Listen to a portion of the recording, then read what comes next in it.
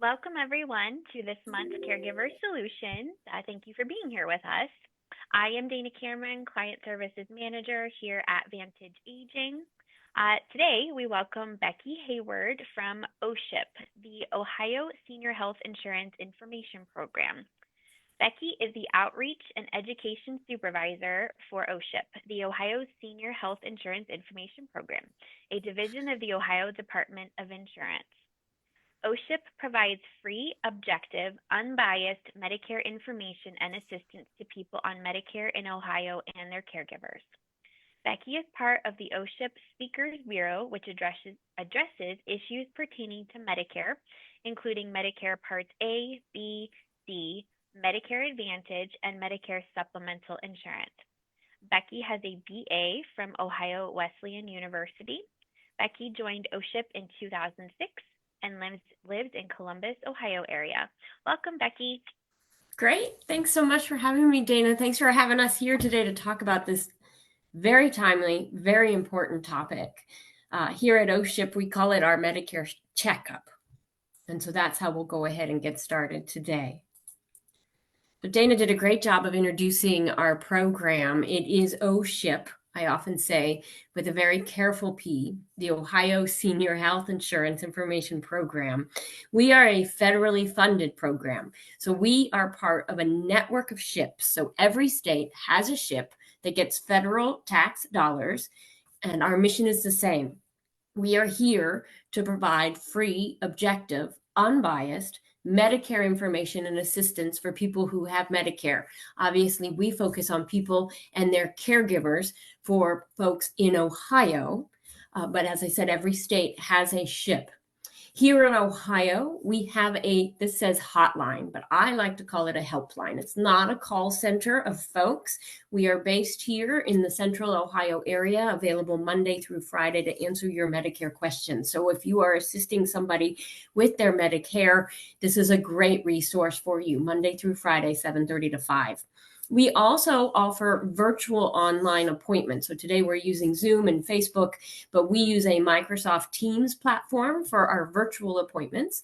So somebody can click this link or go to the Department of Insurance website and find a calendar for Medicare counseling, and you can select a date and time that works for you. The nice part about a virtual appointment, and it often happens, that we have caregivers join the beneficiary, and they might even be joining not just from different houses or different parts of Ohio, but they even join from different parts of the country. I think we've had 4 before on where we've had the beneficiary and 3 children on the call at the same time, helping with the appointment.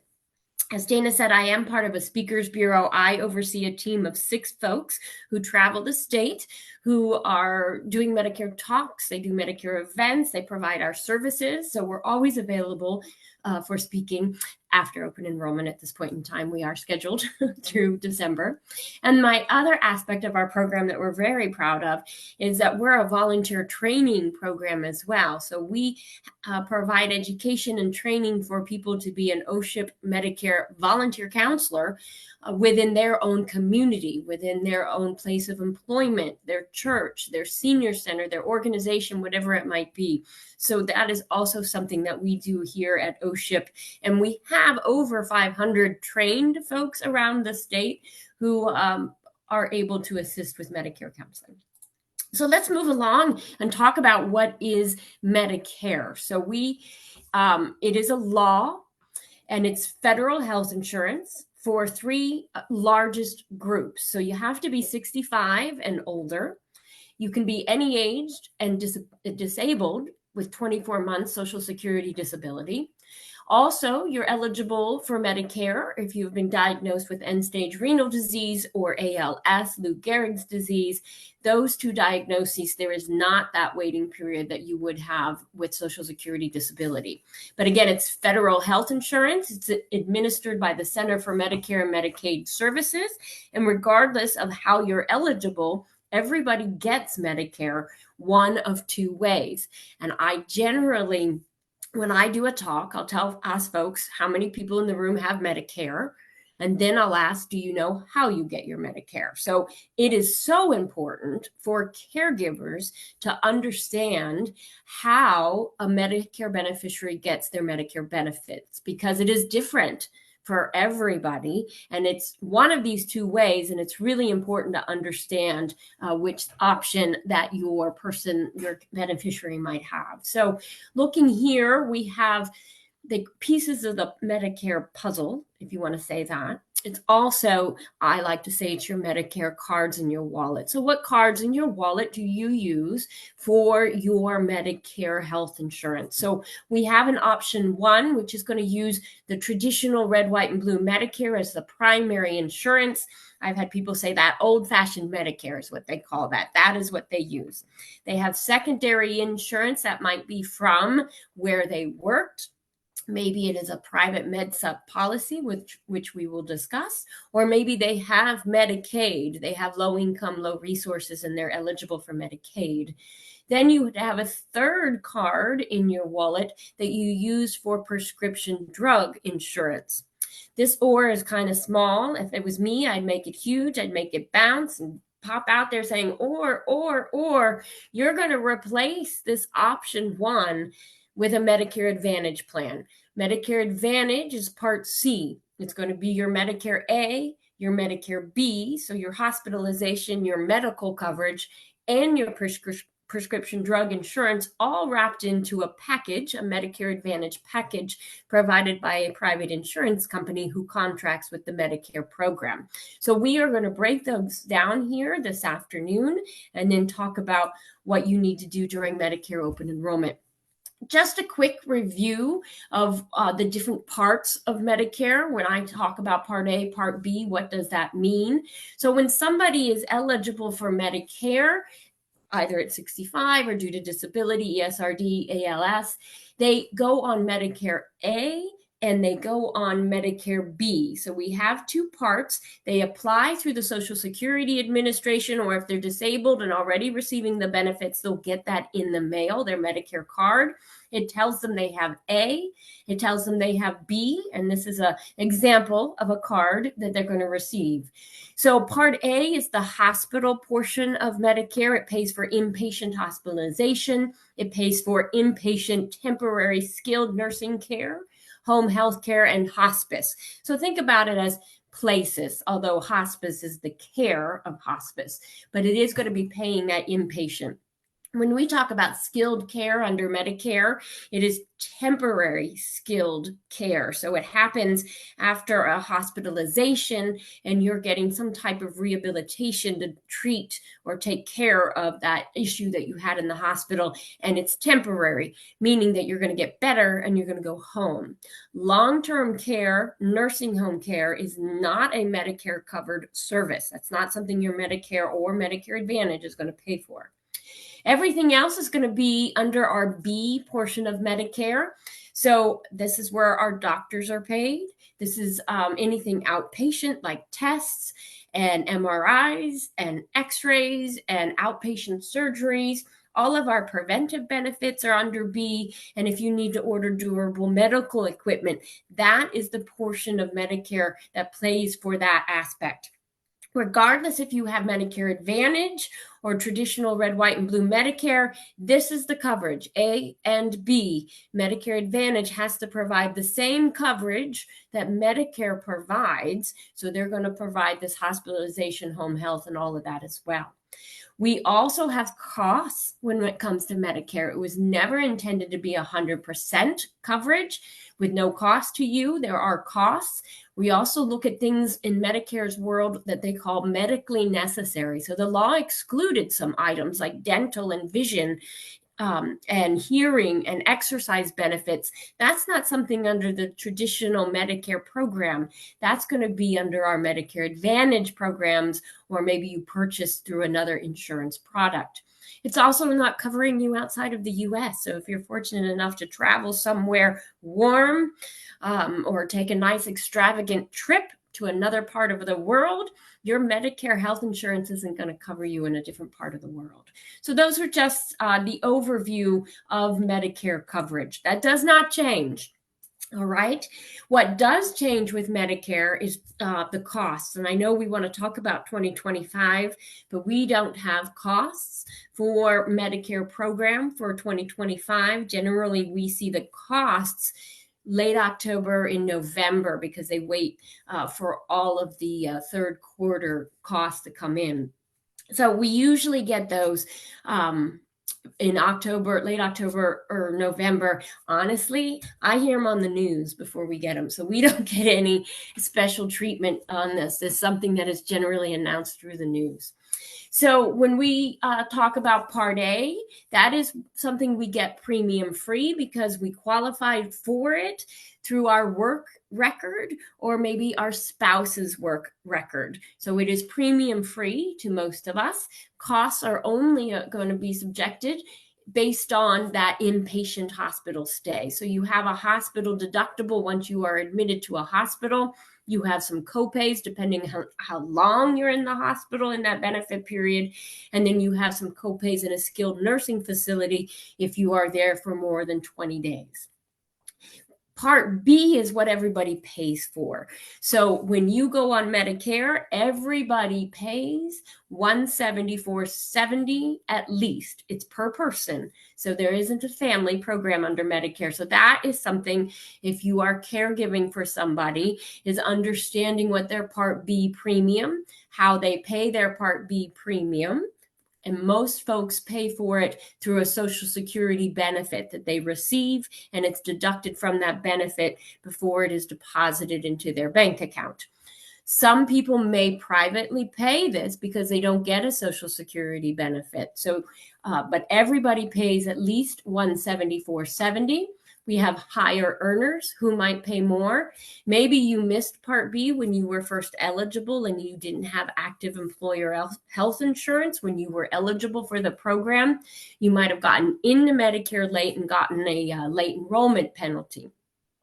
Medicare Part B has an annual deductible. So when January 1st rolls around, any Part B claims before Medicare will pay its portion, which is 80%, you have to meet the annual deductible first. So you'll pay for that. And then after that, Medicare is generally a 20%. If I was a caregiver, and honestly, I'm not the caregiver for my parents, but what I do for my parents is a Medicare.gov account. So I register a Medicare.gov account, one for each of them, and I can keep track of their Medicare summary notices, which are so important because I want to review them, make sure everything looks right. Make sure there aren't any fraudulent claims that might be on there. I also then get notices. So the emails come to me and I'll get notices from Medicare about certain things that might happen. And then I can keep track of the program. They're never going to log in. They're 90 years old. I have them very well trained with their Medicare. And I oversee that program or oversee the Medicare.gov for them. So I do highly recommend that. So we do have some federal assistance for folks with low income, low resources through the Medicare and Medicaid program. It's a relationship between the two government agencies. It's called Medicare Savings Program. Here in Ohio, the Medicaid office does call it Medicare Premium Assistance, but it's eligible for folks who have Medicare and have an income or resources less than this amount here. So $1,715 per individual, $2,320 per month for married couples. And what it does is it pays the Part B premium on behalf of the Medicare beneficiary. There are some parts of the programs that will pay the Part A premium if somebody owes a Part A premium and because they didn't have a work record. And it'll pay those 20% copays that we mentioned, the hospital deductible, the annual deductible, all of that. So we often screen people through OSHIIP if they call us and they might mention they're having issues paying their bills, or I can't pay that $174.70 out of my Social Security check. I don't get that much, or I get very little. So we might screen folks for the program. You do apply, though, through Medicaid.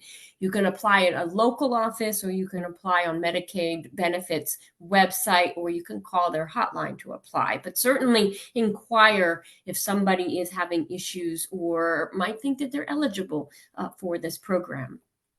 It's available, as I said, to anybody with Medicare, and then you have to meet those income resource requirements. So we're building our piece of the puzzle, or looking at those cards in your wallet. So that's the homework, right? What are the cards in the wallet that that someone uses for their Medicare? So this is still our traditional old-fashioned Medicare. We're using primary red, white, and blue. When I go to the doctor, if I am hospitalized, I'm giving them my Medicare number, my Medicare card. It has an effective date. The doctor, the hospital, they're billing Medicare for everything, handling it all. I might have some secondary insurance, though, to help me with that 20% that's left over after Medicare. Maybe that's where my former employer comes in. So where did they retire from? I use that former employer or union. That's where Medicaid might come in for somebody as well, or one of those Medicare savings programs would come in to help with that leftover cost after Medicare.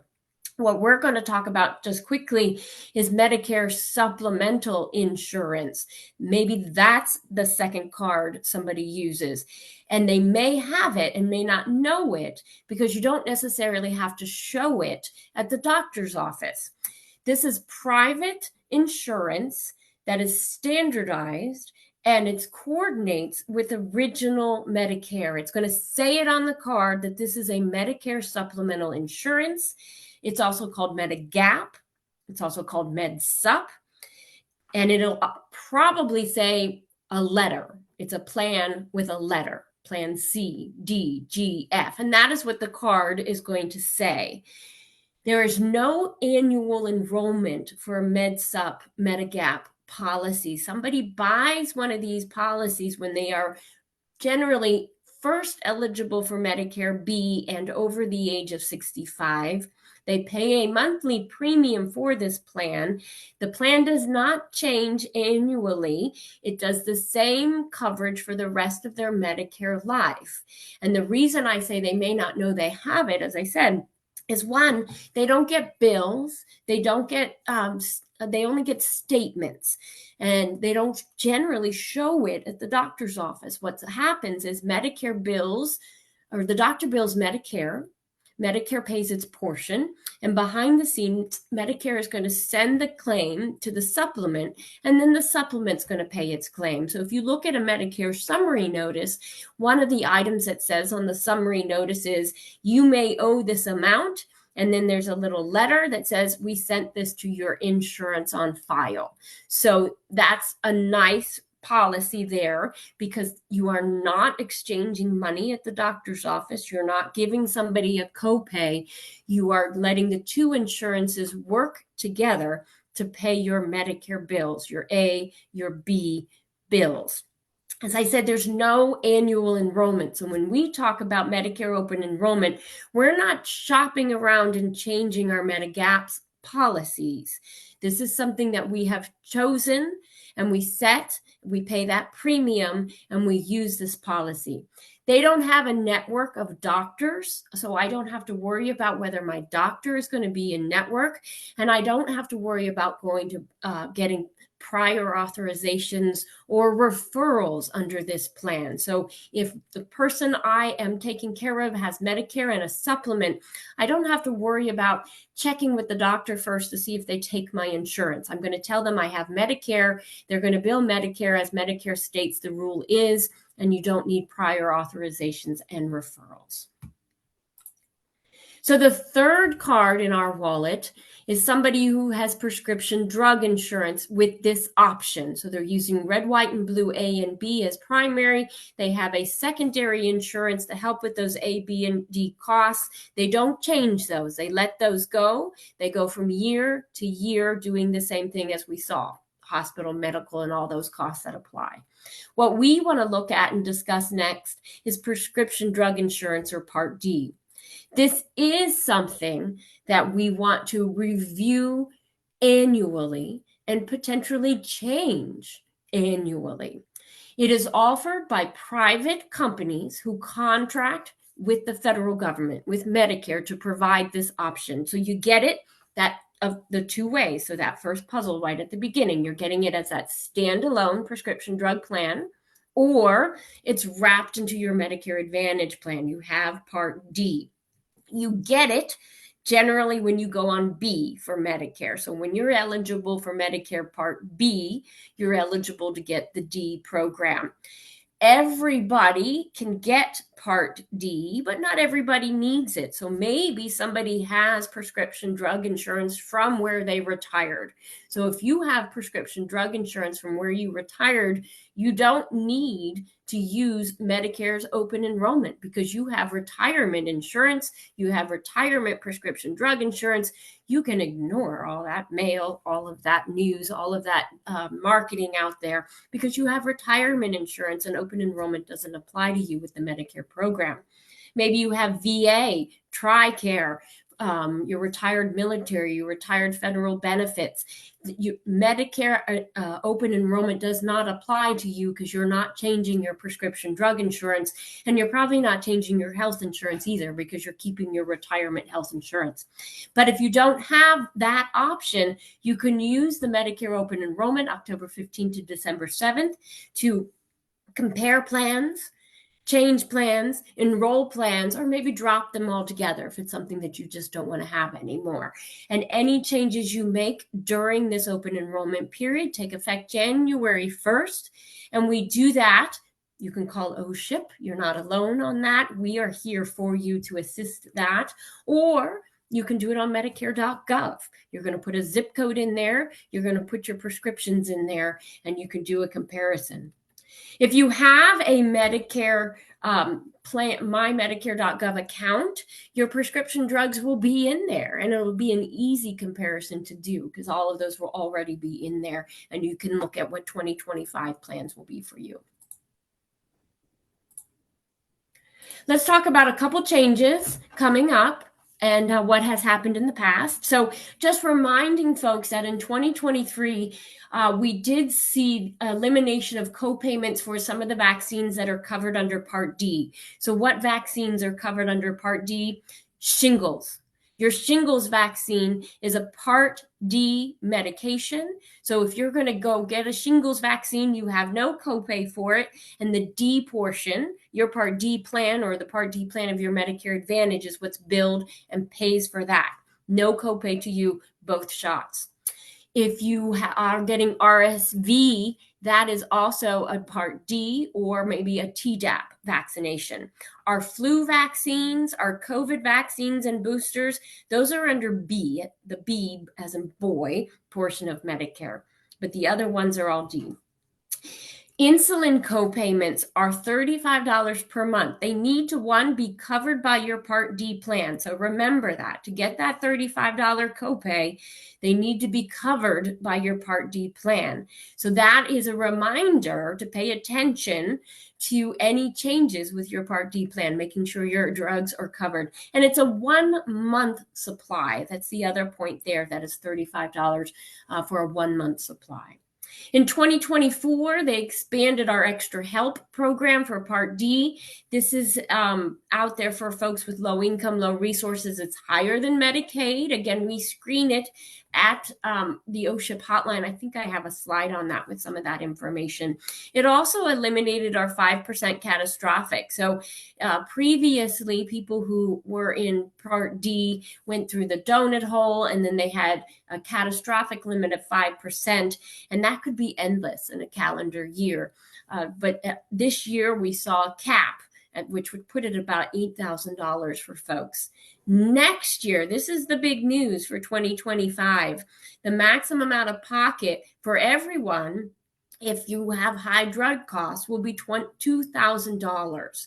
So something to remember is that if you have high drug costs, you want to make sure the drugs that you take are on your plan's covered list of drugs or formulary. I think I've said that at least 3 times today already.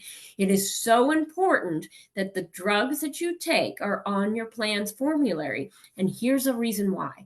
$2,000 maximum out of pocket. That is what you're going to pay in a calendar year. But it's only if your drugs are covered by your plan. You do have the option to spread that cost out if you want to. Your plan will contact you if they feel that you might benefit from this payment structure plan. It is not for everybody, and it is available to everybody, but it's not for everybody to use.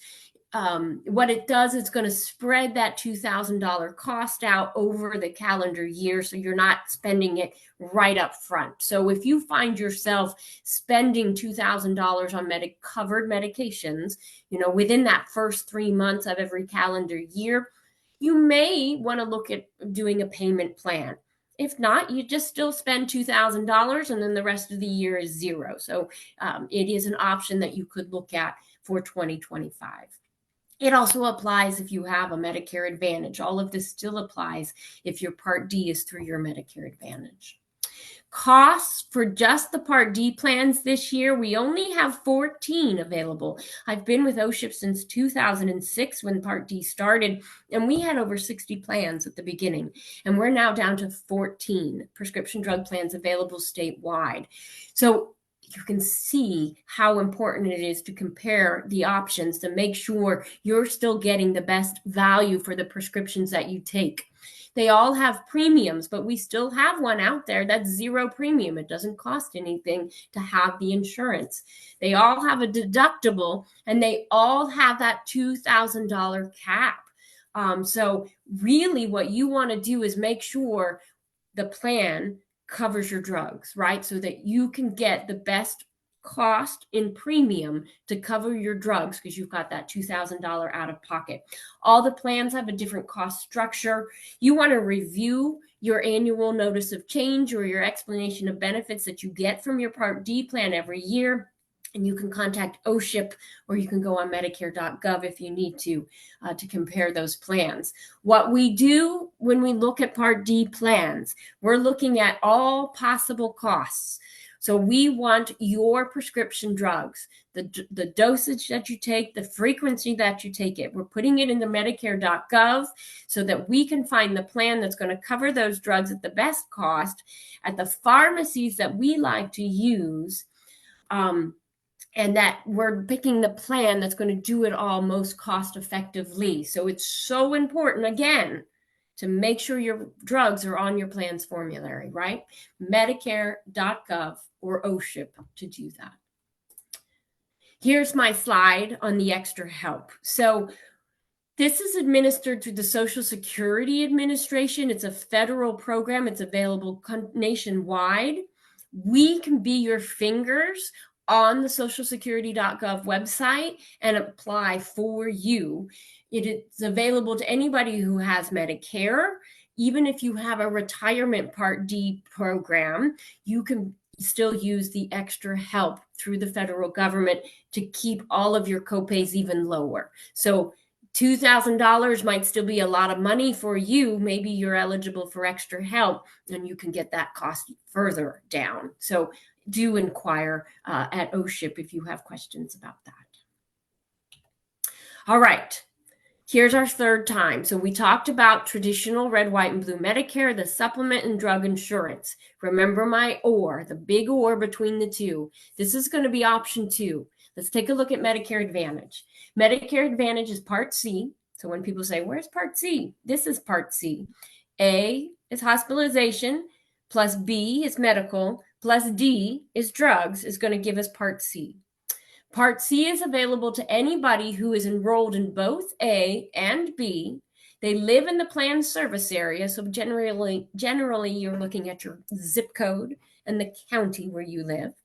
And then there's no age or medical restriction. So they will take anybody regardless of your age, regardless how sick you are. As long as you have A and B and live in the planned service area, you are eligible to enroll in a Medicare Advantage plan.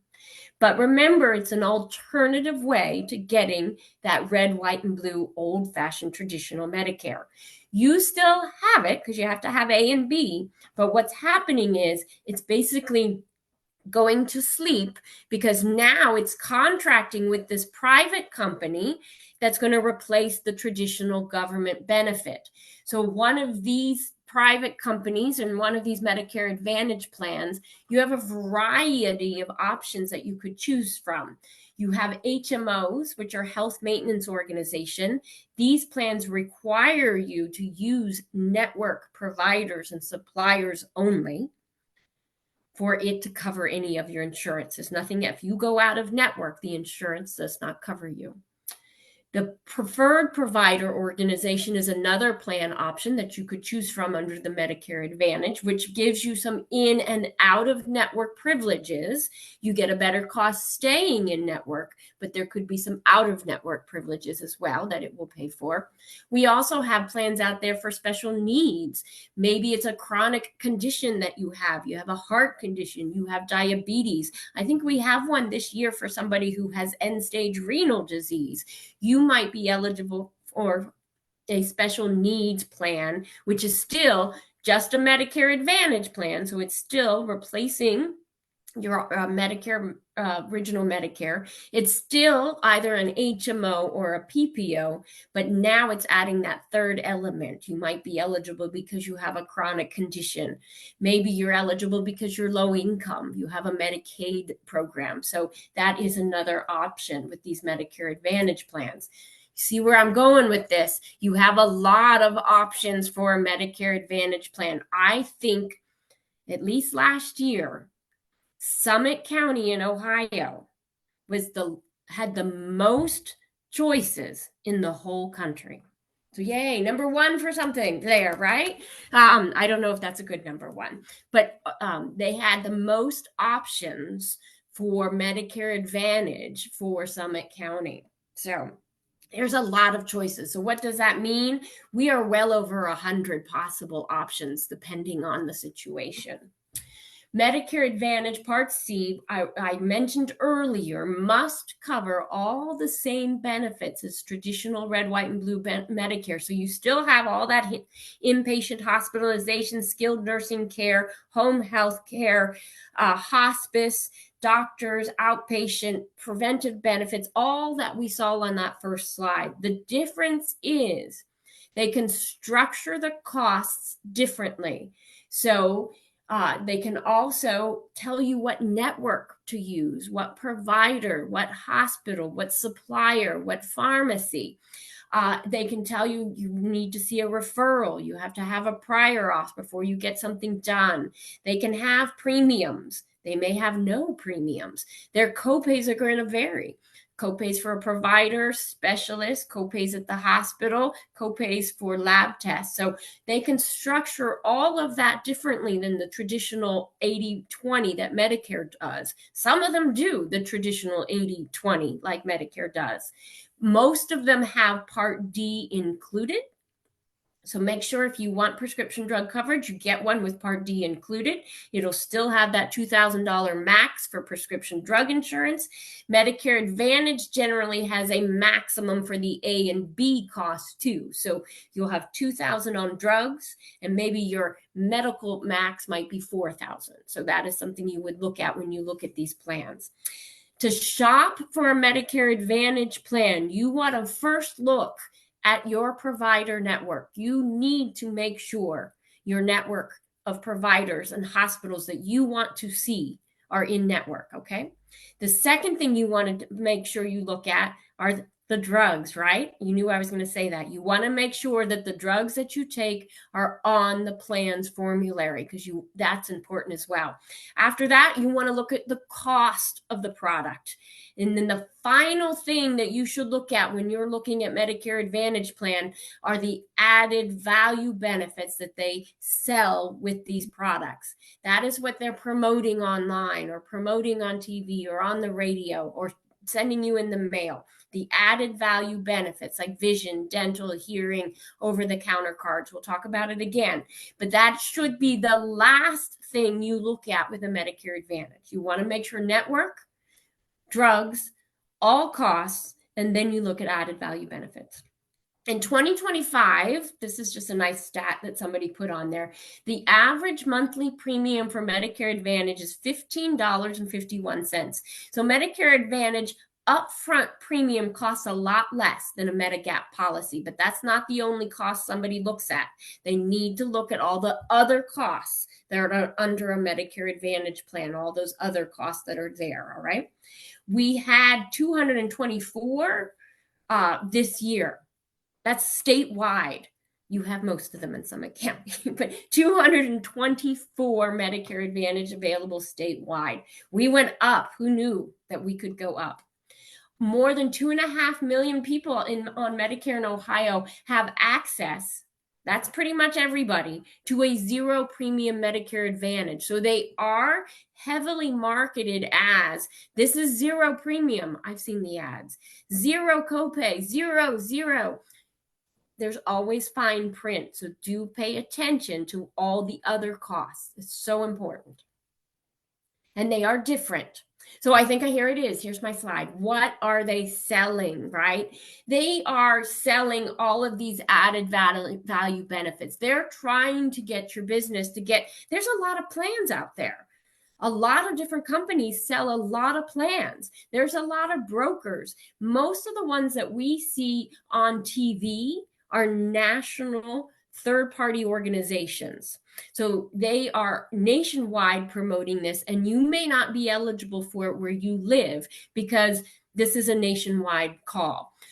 And they're really just trying to get information from you to put you in a database so that they can either, one, send you more stuff, and that's probably what they're doing. Let's not think that they're using your information fraudulently in any case.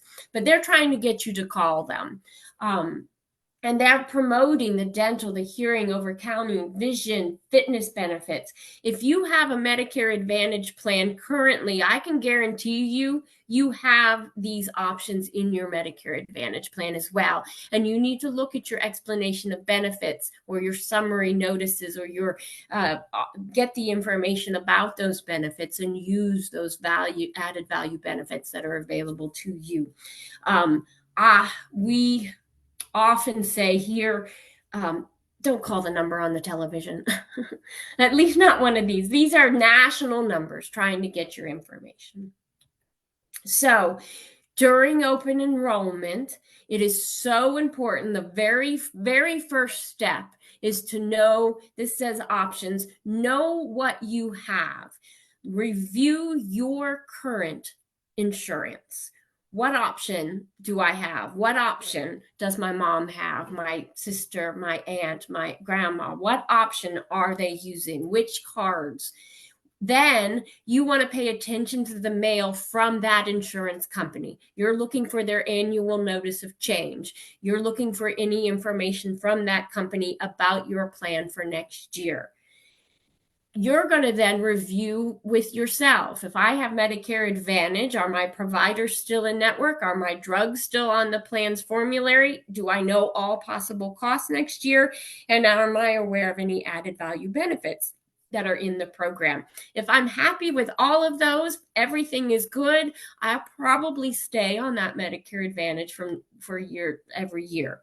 If I have option one with a supplement, I'm not changing my supplement. I'm happy with it. I'm going to look at my prescription Part D plan, make sure all my drugs are covered on the formulary, and then I might see if there is one that's going to do it for me or provide me that plan at a better cost or a better value. Important dates. We've already done September, so hopefully in September you got your Medicare New Book and you also got your annual notice of change from your plan. Did you read it? Did you open it? Right? So you want to review that annual notice of change. Here in October last week, all the plans are on Medicare.gov. That happened on October 1st. Tomorrow, it says October 10th. So later this week, we should know star ratings of these plans. You also should get any other notices. Keep looking for those from Medicare, Medicare Advantage.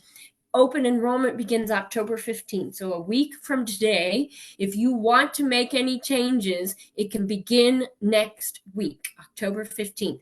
It runs all the way to December 7th.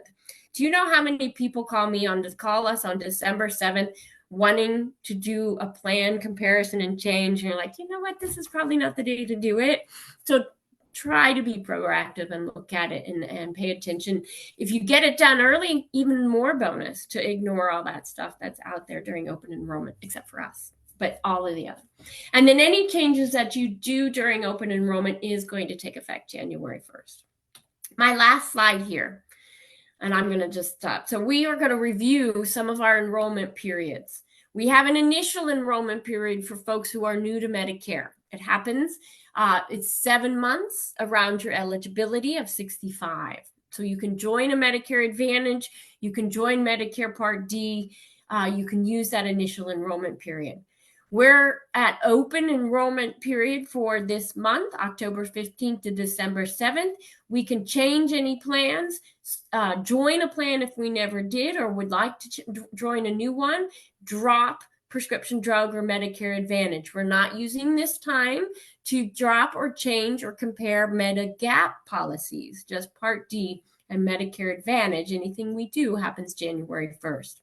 We also have a lot of special enrollment periods that are out there in the program. The one thing I say about Medicare, there's a lot of buts, right? There's a lot of exceptions. Somebody asked me that yesterday, asked me something, and I was like, yes, but there's a lot of exceptions. There's a lot of appeals, but that's why we're here at OSHIIIP, because we know a lot of these special exceptions, these special enrollment periods. So maybe you lost your retirement insurance. Maybe you moved out of the planned service area. Maybe you're eligible for extra help. That would get us into a special enrollment period. Maybe you are interested in one of a 5-star plan. So if we have the highest rated plan in Ohio again next year, that's an opportunity for you to enroll into that plan. We also then have Medicare Advantage open enrollment period. This happens the first quarter of the calendar year. I generally call it the OOPS part of the year. So during the first 3 months of a calendar year, somebody can drop or change their Medicare Advantage plan. So maybe you did enroll in a Medicare Advantage plan, but you forgot to see if your doctors were in network. That would be an opportunity to get out of that type of product. I want to do a final slide here regarding protecting yourself against Medicare fraud. So at the Ohio Department of Insurance, we don't regulate Medicare Advantage products or the Part D products. We regulate the agents who sell the products. They have federal rules that they have to follow, and the local departments of insurance, the state's departments of insurance, then make sure the agents are selling these products appropriately. And most are, because the industry wants good representatives, but you need to be aware of any improper agent activity. And if you are uncomfortable with that agent activity, you can always call the Department of Insurance and report them or make sure it was right, or if things didn't worked out fine. My biggest one on there that I want to stress is there shouldn't be any, there's two, door-to-door sales of Medicare products unexpectedly. They may need to make an appointment with you to talk about Medicare insurance.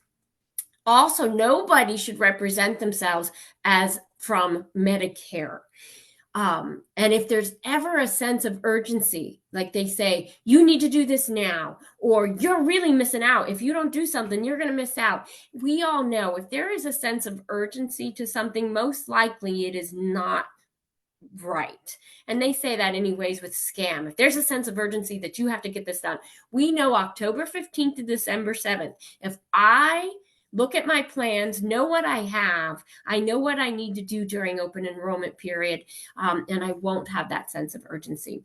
I also want to point out today another agency who I might recommend for an event if you haven't done them yet. We have an agency called Pro Seniors here in Ohio, and they are our senior Medicare patrol in Ohio as well. So in addition to a OSHIIIP program in every state, there is a senior Medicare patrol program also in every state, also administered by a federal grant that we receive as well. The Senior Medicare Patrol is made up of volunteers. They do education and outreach as well. But what they work on is reporting and responding to fraud, waste, and abuse in the Medicare program. They work with the Office of Inspector General, and they report fraud that they hear through. The big one we're hearing now that people are being fraudulently enrolled into hospice, and their Medicare numbers are being used for hospice billing. It started in Texas, it moved to Florida, and now we see it here.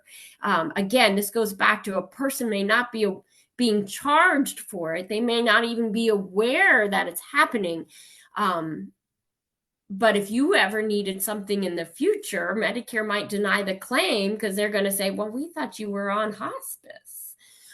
So that's a huge thing that can happen. So they always stress, protect that Medicare number. Do not share it with anybody, and make sure you're reviewing that Medicare summary notice. So that goes back to getting that Medicare and you account.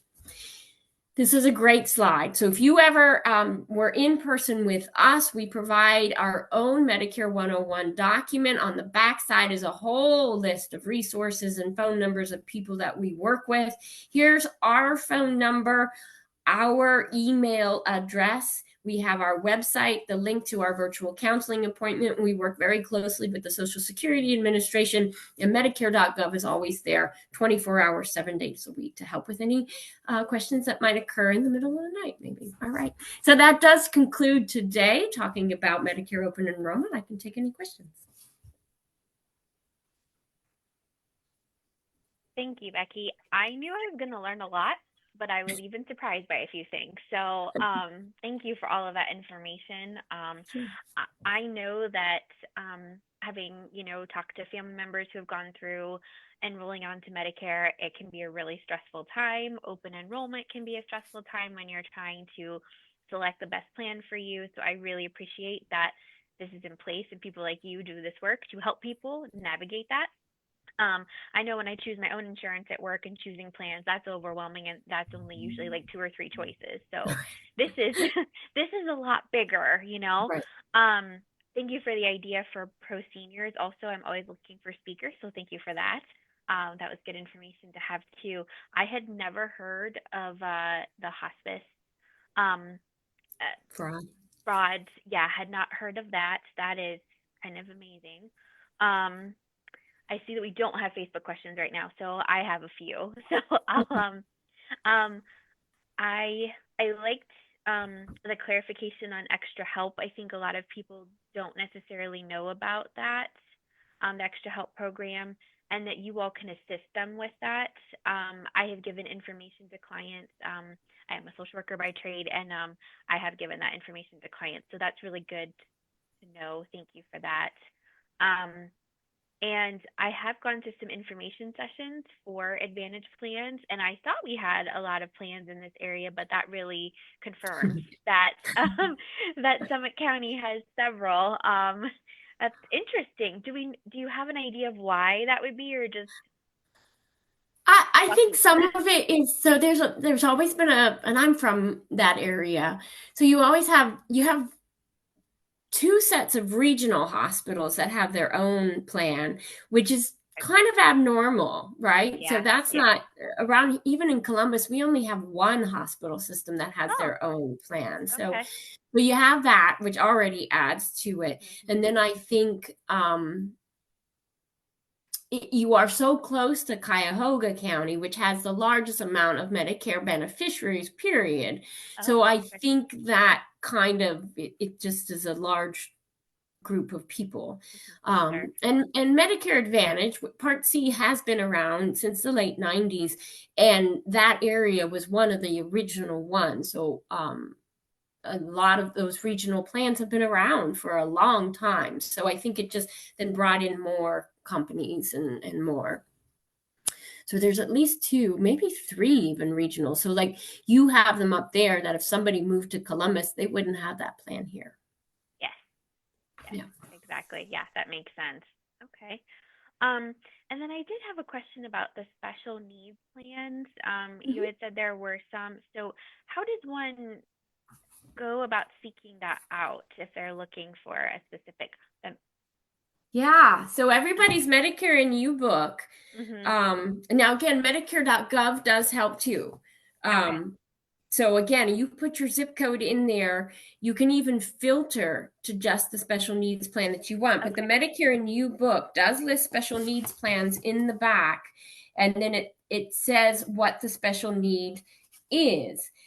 So whether it's a certain chronic or disabling condition, most of them are somebody that are Medicare and Medicaid, but Oh, we okay. do have some chronic care condition ones as well. Okay. That's good to know. And then you had mentioned making sure your medications are on your formulary. That was like a big takeaway.